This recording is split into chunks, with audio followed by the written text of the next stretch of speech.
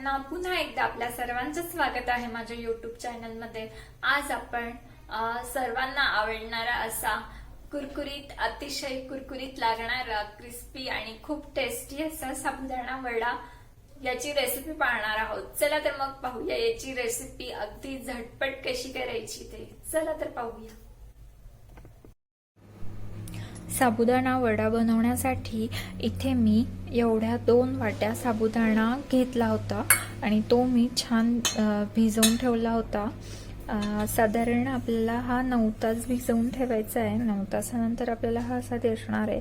नंतर मी इथे 4 बटाटे छान बॉईल करून घेतले। बॉईल केल्यानंतर आपण त्यांचे वरचे साल काढून घेतलेले आहेत।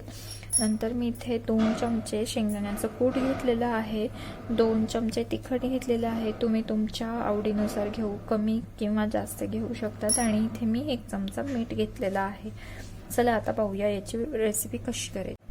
आपण जे बटाटे घेतलेले आहे ते बॉईल केलेले ते आपण याच्यात स्मॅश करून टाकून घ्यायचे आहे। तुम्ही हाताने करू शकता किंवा आपल्याकडे स्मॅश करायचं असतं त्याच्यानेही करू शकता।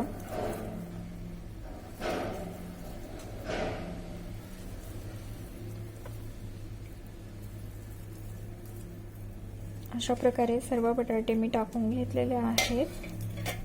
नंतर शेंगदाण्याचं कूट पण याच्यात टाकून घ्यायचं आहे। नंतर मीठ टाकून घ्यायचं आहे।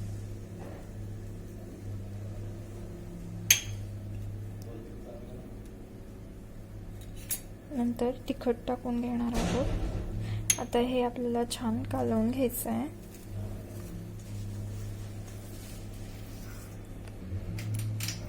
आता इथे मी हे मिश्रण छान एकत्र करून घेतलेलं आहे, तुम्ही पाहू शकता। आता आपण याचे तुम्हाला हवे तसे छोटे किंवा मोठे असे वडे आपण ह्या पिठाचे घडवून घेणार आहोत।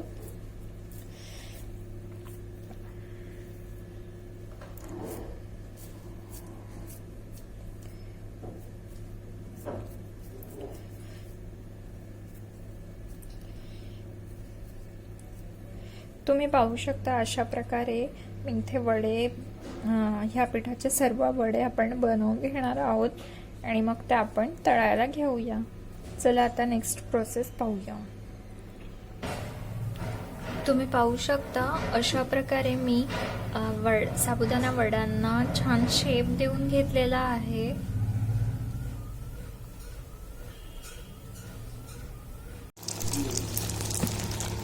आता मी इथे तेल तापवून घेतलेलं आहे, त्याच्यात आपण हे जे आपण वडे घडवून घेतलेले होते ते टाकून घेणार आहोत।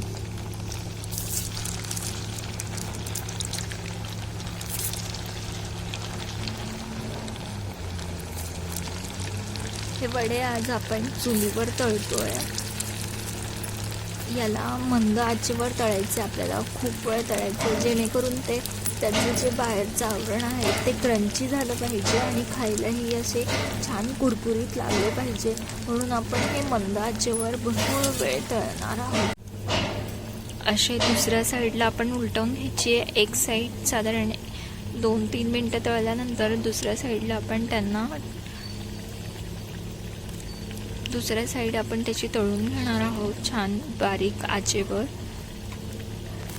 होऊ शकता आता आपले वडे छान फ्राय झालेले आहेत, आपण त्यांना काढून घेऊया।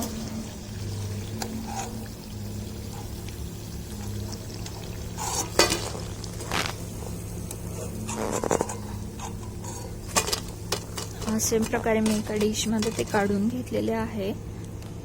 तुम्ही पाहू शकता आपले वडे किती छान क्रंची झाले आणि छान फुगलेही आहेत। वडा तळून रेडी झालेला आहे सर्व करण्यासाठी आणि आपण इथे हे वडे सर्व करून घेतलेले आहेत। तर आपले साबुदाणे वडे अतिशय क्रंची असे तुम्ही पाहू शकता की किती छान क्रंची असे रेडी झालेले आहेत। तुम्हीही नक्की ट्राय करा ही रेसिपी आणि जर तुम्हाला ही रेसिपी आवडली असेल तर कमेंट करा, सबस्क्राईब करा आणि व्हिडिओला लाईक करायला विसरू नका। Thank you all.